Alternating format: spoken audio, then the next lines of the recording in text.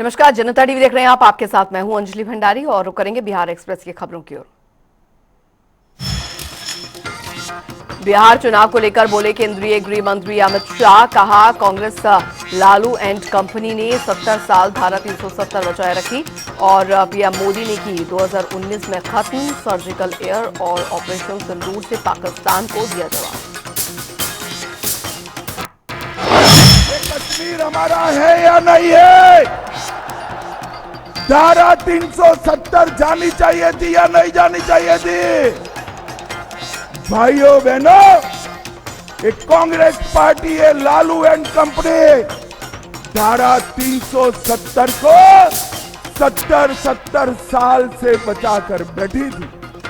मोदी जी ने धारा 370 को 5 अगस्त 2019 को हमेशा के लिए समाप्त।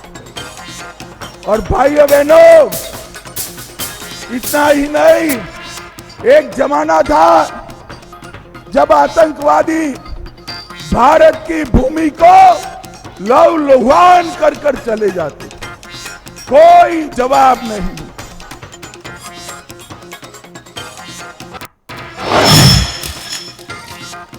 उधर पटना में हरियाणा के मुख्यमंत्री नायब सिंह सैनी ने दिया बयान। कहा, सिर्फ एक वर्ग के लिए महागठबंधन का घोषणा पत्र सबसे नहीं, कांग्रेस इंडी गठबंधन को देश में नकारा। झांसे में आएगी नहीं बिहार की जनता। क्योंकि चाहे राहुल गांधी है, चाहे जेडीयू के नेता हैं, जेडीयू के नेता तो राहुल गांधी आगे बैठा रखा, ये तो ताड़ियां मार रहे हैं। और इनका घोषणा पत्र भी है, जो घोषणा पत्र में भी कांग्रेस और इंडी गठबंधन के लोग एक विशेष वर्ग, एक विशेष समाज के लिए ही बात करते हैं। ये बिहार के हर आवाम के लिए बात नहीं करते। ये अगर वोट भी मांग रहे हैं, उसमें भी एक विशेष वर्ग और समाज के लिए इनकी बातें झलकती नहीं, वो इनके घोषणा पत्र के अंदर है। दुर्भाग्यपूर्ण है। लगातार कांग्रेस और इंडी गठबंधन को देश ने नकारा है।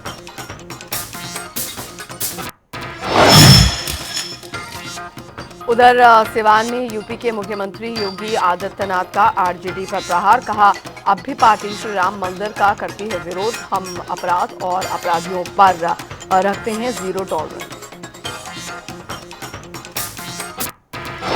हमने यूपी के अंदर एक बात कही कि भाई देखो, अपराध और अपराधियों के प्रति जीरो टॉलरेंस,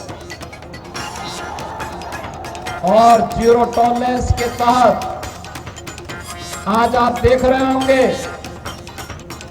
आरजेडी और उनके लोग आज भी अयोध्या में श्री राम जन्मभूमि पर भगवान राम के मंदिर का विरोध कर रहे हैं। सीतामढ़ी और उसके आसपास के क्षेत्र में मां जानकी के भव्य मंदिर के निर्माण और कॉरिडोर के विकास के लिए किए जाने वाले कार्य का विरोध कर रहे हैं। ये आरजेडी के लोगों को बताना चाहिए।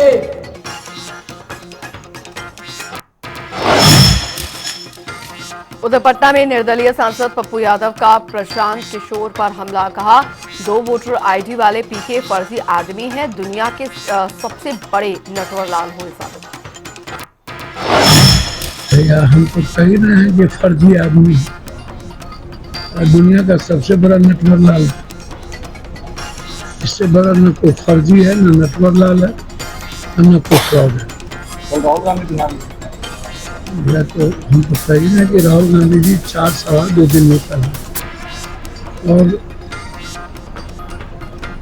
अब आप उसको मान के चलिए कि महागठबंधन की सरकार जनता के भीतर जहन में ये हो गया है, हमें सरकार बदलनी है। अररिया में 2 वोटर आईडी विवाद पर बोले जनसुराज के संस्थापक प्रशांत किशोर का 2019 से करगहर का मतदाता हूं और चुनाव आयोग एसआईआर के बाद भी नाम वही, झूठे नोटिस से मेरा कोई लेना देना नहीं। मैं अपने गृह क्षेत्र करगहर से, अपने गांव कोनार से मैं वोटर हूं, वहां 2019 से वोटर हूं। बीच में 2 साल मैं जब कलकत्ता में था तो मैं वहां पर मैंने वोटर आईडी बनाया था।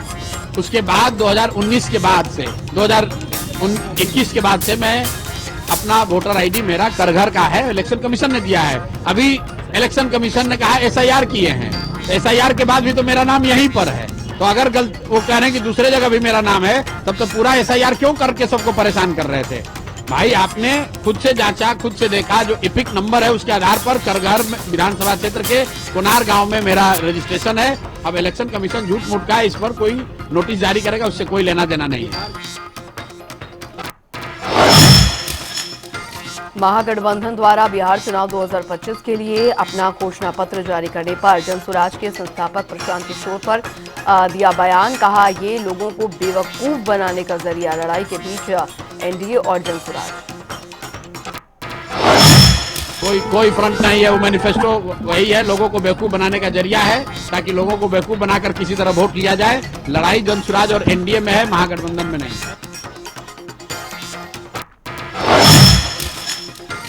हाजीपुर में केंद्रीय मंत्री नित्यानंद राय का महागठबंधन पर हमला। कहा घमंडिया गठबंधन का घोषणा पत्र झूठ का पुलिंदा, भ्रष्टाचारियों के वायदों पर बिहार की जनता नहीं करती भरोसा। तेजस्वी से हम पूछना चाहेंगे कि जो खुद भ्रष्टाचारी है, भ्रष्टाचार के आरोप में, घोटाला के आरोप में जिस पर दोष सिद्ध हो चुका है, वह कह रहा है कि हम भ्रष्टाचार मिटाएंगे।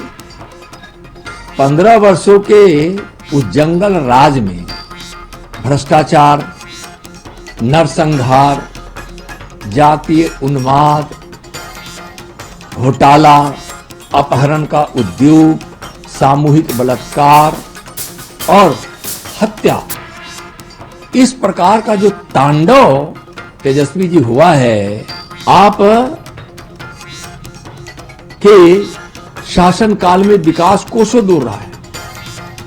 आपने जो वादा किया था सामाजिक न्याय का, वह सामाजिक न्याय को अपमानित किया गया। उधर पटना में कांग्रेस नेता पवन खेड़ा ने दरअसल महागठबंधन के घोषणा पत्र पर दिया बयान। कहा बिहार में महिलाएं और व्यापारी खुद को सुरक्षित नहीं करते महसूस। पटना की हालत बताती है कि राज्य की स्थिति क्या है। बहुत आवश्यक है क्योंकि बिहार की राजधानी में महिलाएं अपने आप को सुरक्षित नहीं महसूस करती, व्यापारी अपने आप को सुरक्षित नहीं महसूस करते। यहाँ से चंद कदमों दूर खेमका जी का मर्डर हुआ था आज से 1-1.5 महीना 2 महीने पहले। तो पटना की अगर ये स्थिति है तो सोचिए कि पूरे राज्य की क्या स्थिति कर दी ये बाहर जाती हुई सरकार। देखिए, ये संविधान के हिसाब से ही सरकारों को चलना चाहिए। पिछले 11 साल से केंद्र सरकार को हमने देखा और जहाँ जहाँ भाजपा है वहाँ हमने देखा कि इस तरह से संविधान की धज्जियाँ उड़ाई जाती हैं। वो हम नहीं होने देंगे। जो स्थिति इन्होंने बनाई है, नीतीश कुमार जी की एक वरिष्ठ नेता है इस देश के, उनके साथ जो व्यवहार किया जा रहा है, जो इस तरह से उनको अपमानित किया अमित शाह ने, और जिस तरह से उनको एक पपेट बनाने की चेष्टा की जा रही है, वो दयनीय भी है और बुरा भी लगता है। उधर पटना में केंद्रीय मंत्री जीतनराम मांझी का महागठबंधन पर तंज। कहा जवाबदेही किस बात की जानते हैं, सत्ता में नहीं आना 2004 से पहले उनके शासन में कितना रोका गया था पलायन। हम लोग कहते हैं कि बचनम किम दरिद्रम, अगर कुछ बोलना ही है तो जितना बोल दो। उनको क्या है, क्या जवाबदेही है? अगर सत्ता में रहते या विश्वास होता कि सत्ता में आते तो एक बात थी, ये जानते हैं कि उनको सत्ता में नहीं आना है। सत्ता में आने का जब बना था कि आपस में मिलजुल करके लड़ेंगे तो एक बात नहीं होती। आप सब अलग अलग लड़ रहे हैं, तो स्पष्ट है कि नहीं है। तो बोल करके जितना अपना मन को शांत करना।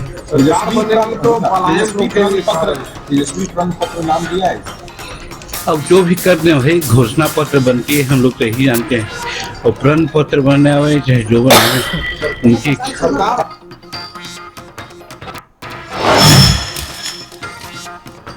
तो वहीं दरभंगा में जेडीयू नेता संजय झा का महागठबंधन पर किया वार। कहा 15 साल में अपहरण, पलायन और जातीय हिंसा से ले लिया था बिहार का प्राण। अब वहीं लोग प्राण देने की कर रहे बात। आइडिया नहीं, 15 साल कितना प्राण दिए थे भी लोग बिहार का उन्हीं की पार्टी प्राण दिए नहीं, इतने लोगों का प्राण ले लिया, इतना यहाँ दंगा हो, इतना यहाँ जातीय हिंसा हो, इतने लोगों का किडनैपिंग हो, इतने लोग बिहार छोड़ के भाग गए, तो बिहार का प्राण ले लिए थे 15 साल, तो त्राहिमाम बिहार कर गया, तो प्राण दे के क्या करेगा।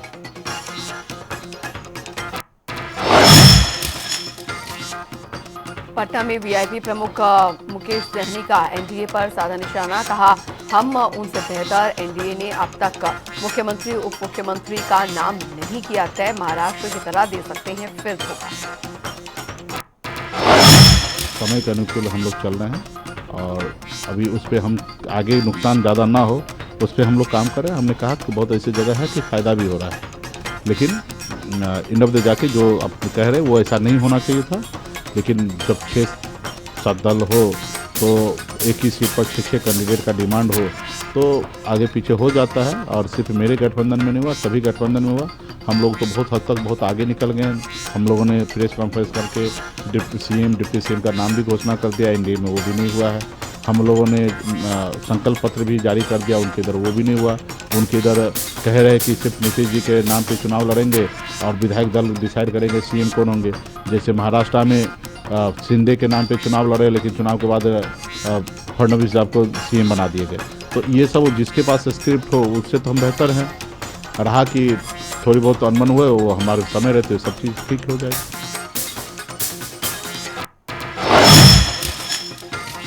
वहीं वीआईपी प्रमुख मुकेश सहनी ने कहा कि मुस्लिमों को देश से बाहर करना चाहती है बीजेपी।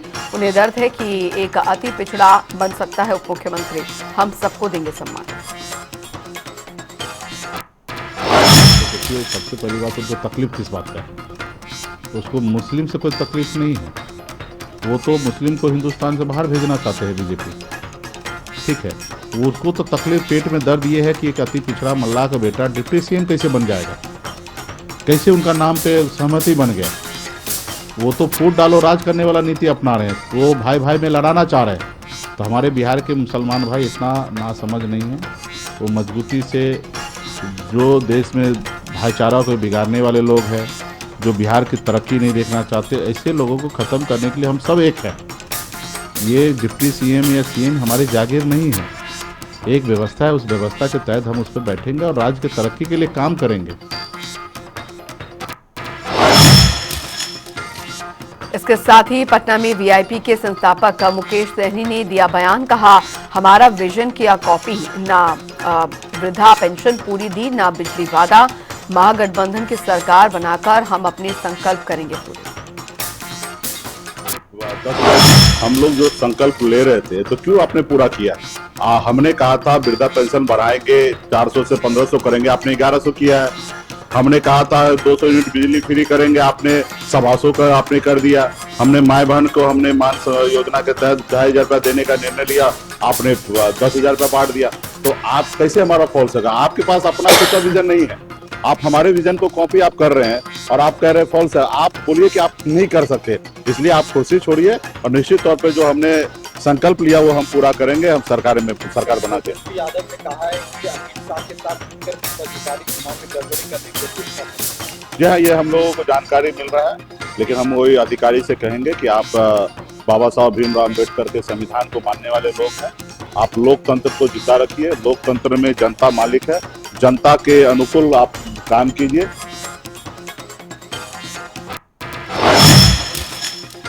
उधर पटना में आरजेडी नेता तेजस्वी यादव ने दिया बयान। कहा हम मिलकर पूरी करेंगे महागठबंधन की घोषणाएं। ओल्ड पेंशन स्कीम करेंगे लागू। एनडीए का अब तक घोषणा पत्र तक नहीं हुआ जारी। लोगों ने जो घोषणा की है ये प्रण हम लोगों का है, इसको हम लोग जो है मिलकर के जो है पूरा करेंगे। और साथ ही साथ जो है इसमें बड़ी घोषणाएं जो है हम लोगों ने की।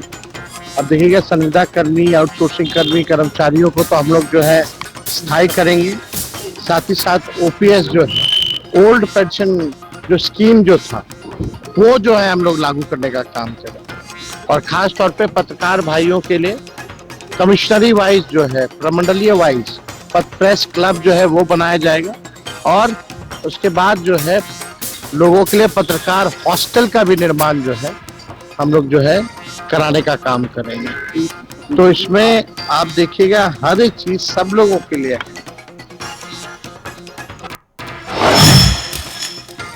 उधर पटना में छत्तीसगढ़ के पूर्व मुख्यमंत्री और कांग्रेस नेता भूपेश बघेल ने दिया बयान। तेजस्वी प्रण पूरे महागठबंधन का घोषणा पत्र है। ये महागठबंधन का जो महाप्रण आया है, तेजस्वी प्रण आया है, अब डायस में आप देखें सारे पार्टी के नेता थे। तो ये कोई आरजेडी का अकेले का नहीं, बल्कि पूरे महागठबंधन का ये घोषणा पत्र है। नंबर 2,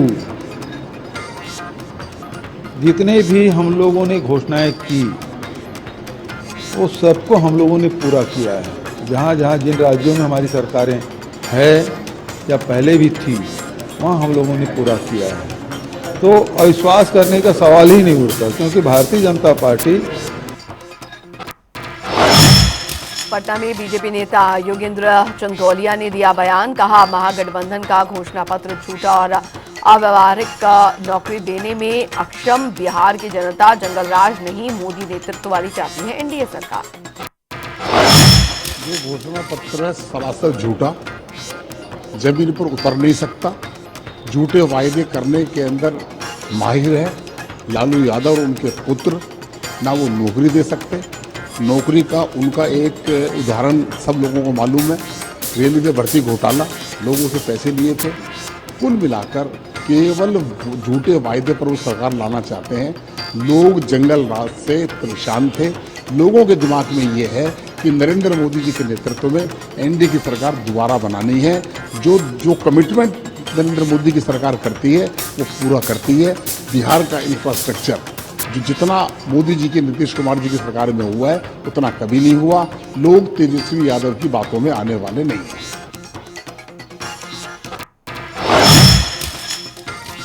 वहीं पटना में केंद्रीय मंत्री जीतन राम मांझी का महागठबंधन पर निशाना साधते हुए कहा, इनके माता पिता के शासन में था जंगल राज, विकास नहीं। नीतीश मोदी ने सुधारा बिहार, घोषणा पत्र पूरा कागज है, सच्चाई नहीं। मगही में कहा जाता है, बापे पूत पराते घोड़ा, न कुछ तो थोड़ा थोड़ा। कहने का मतलब इनके पिताजी और माता श्री का हम लोग राज देख चुके हैं, जंगल राज देख चुके हैं, आतंक राज देख चुके हैं। विकास का कोसों दूर नाम नहीं था। हर तरह से बिहार हमारा एक कांप रहा था। उसको नीतीश कुमार जी ने और नरेंद्र मोदी जी के डबल इंजन की सरकार ने सुधारा है। अब वो कलंक को धोने के लिए डपुरसंखी बात ये कर रहे हैं, डपुरसंखी घोषणा पत्र निकाल रहे हैं। हम समझते हैं बिहार की जनता का दिमाग इतना कच्चा नहीं है कि जो इनके पिताश्री का राज भूल गया है। और जब पिताश्री जिस कदम पर ये चले थे उससे दूसरे कदम पर ही चलने वाले नहीं हैं, इतना सब लोग समझता है।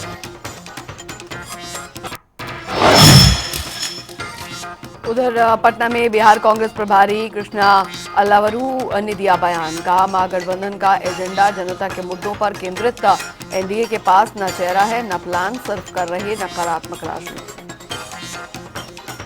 मैं शुरू से ही कह रहा हूँ कि महागठबंधन ये चुनाव बिहार के लोगों के मुद्दों को केंद्र में रखते हुए करना चाहता है।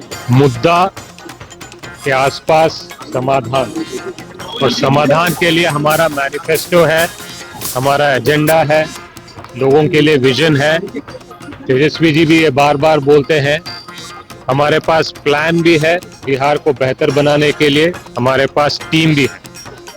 सवाल ये है कि सामने वालों के पास न चेहरा है न प्लान। वो सिर्फ नकारात्मक बात करते हैं, नेगेटिव बात करते हैं।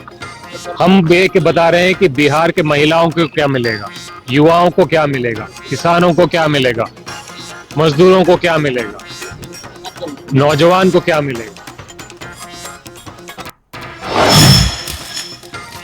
वहीं पटना में आरजेडी नेता मीसा भारती ने दिया बयान, कहा हम वायदे पूरे करते हैं। तेजस्वी यादव ने मौका मिलने पर दी 5 लाख नौकरियां। बिहार में पहली बार गांधी मैदान से बांटे गए नियुक्ति मोदी जी ने अपने वादे पूरे कर दिए जो 14 में करके आए थे। प्रत्येक वर्ष 2 करोड़ युवाओं को रोजगार देंगे, दे दिया है क्या? 11 वर्षों में 22 करोड़ होता है। बिहार को विशेष राज्य का दर्जा मिलना था, मिल गया है क्या? और हम लोग वादे करते हैं तो उसको पूरा करके दिखाते हैं। जिस तरह से तेजस्वी ने जो वादा किया था कि अगर सरकार जनता उनको मौका देती है और वो मुख्यमंत्री बनते हैं तो पहले कलम से वो 10 लाख सरकारी नौकरी देने का वादा उन्होंने किया था। और मौका मिला, उप मुख्यमंत्री बने और उन्होंने करके दिखाया। 5 लाख लोगों को नौकरी देने का काम किया। और वो भी ये इतिहास में पहली बार, बिहार के इतिहास में पहली बार हुआ कि गांधी मैदान से नियुक्ति पत्र बांटे गए। वहीं बीजेपी नेता राजीव प्रताप रूडी ने दिया बयान, कहा बिहार में मुकाबला नीतीश बनाम लालू। जनता ने एनडीए सरकार का बना लिया मन। एसआईआर पूरे देश में होना चाहिए और इसमें आपत्ति की बात नहीं। गरीबों से लेना हम लोग मेन स्ट्रीम पॉलिटिशियन हैं, हम लोग मेन स्ट्रीम पॉलिटिक्स की बात करते हैं। बाकी लोग आए हैं अपना कुछ बयान वान देके जाएंगे, उनका कोई बिहार से बहुत लेना देना नहीं, ना बिहार के मुसलमानों से लेना देना है, ना बिहार के गरीबों से लेना देना है। बिहार का डिस्कशन नीतीश कुमार और लालू यादव के बीच है, बाकी सब पेरिफेरल है। और लोगों ने एक प्रकार से पूरी मन बना ली है कि एनडीए की सरकार बिहार में। और बंगाल में सर एसआईआर पर भाई हम लोग बिहार के चुनाव की बात करें तो अभी सीमित रहे, और एसआईआर अगर पूरे भारतवर्ष में हो रहा है किसी को आपत्ति नहीं होना चाहिए। उधर पटना में उप मुख्यमंत्री सम्राट चौधरी का आरजेडी पर वार, कहा पहले जनता लालू यादव को मानती थी विलन, अब उनका बेटा और महागठबंधन भी मान रहा। घोषणा पत्र में जगह न देकर सबने स्वीकारा। राष्ट्रीय अध्यक्ष को राष्ट्रीय जनता दल के राष्ट्रीय अध्यक्ष को पहले लालू जी को बिहार की जनता विलन मानती थी। बिहार की जनता लालू जी को विलन मानती थी, अब राष्ट्रीय जनता दल ही विलन मानने लगी। उनका बेटा ही विलन मान रहा है। अपने मैनिफेस्टो में लालू जी को जगह तक नहीं दे, तो बिहार की जनता तो मान ही रही है कि वो विलन है बिहार के। बिहार का विकास जब एयरपोर्ट पे उतरता है लोग वहीं से शुरू हो जाता है। इसलिए बिहार की जनता पहले से जानती थी कि लालू जी विलन है। अब राजद और महागठबंधन के लोग भी कहने लगे कि लालू जी विलन है। उधर पटना में केंद्रीय मंत्री चिराग पासवान ने दिया बयान, बोले विपक्ष हमेशा फैलाता भ्रम, सकारात्मक मुद्दों को बनाता नकारात्मक। सीएए को नागरिकता छीनने वाला कानून बताकर देश में आगजनी फैलाने का क्या है? ये भ्रम तो फैलाती है ना, विपक्ष का काम क्या है? हर एक पॉजिटिव नैरेटिव को किस तरीके से नेगेटिव बना के फॉल्स नैरेटिव में सेट किया जाए। This is what they have been doing always. CA जैसा कानून, नागरिकता देने वाले कानून को नागरिकता छीनने वाला कानून बताकर देश भर में इन लोगों ने आगजनी का माहौल बना के रखा। आज मुझे बता दीजिए, सीए के माध्यम से किसकी नागरिकता छीन ली गई? एक ऐसे देशों को से आए हुए शरणार्थियों को नागरिकता देने का कानून था जहाँ पे बहुसंख्यक ही मुसलमान है। उसके बावजूद देश भर में इन लोगों ने आगजनी का माहौल बना के रखा। लोकसभा के वक्त बोलते थे भैया कि संविधान की हत्या हो जाएगी, लोकतंत्र की हत्या हो जाएगी, आरक्षण समाप्त कर दिया जाएगा अगर तीसरी बार मोदी चुनकर आए। चुनकर आ गए, 1.25 साल से ज्यादा हो गया, किसका आरक्षण छीन लिया गया, कहाँ का लोकतंत्र खत्म कर दिया गया। बिहार में भाई क्यों राहुल जी गायब है? आज 2 महीने के बाद क्यों वो दर्शन दे रहे हैं? क्योंकि उनको पता है कि एसआईआर का मुद्दा जमीन पर नहीं उतरा, कोई इसका असर नहीं पड़ा। बिहार एक्सप्रेस की खबरों में अभी के लिए फिलहाल इतना ही। वक्त एक छोटे से ब्रेक का।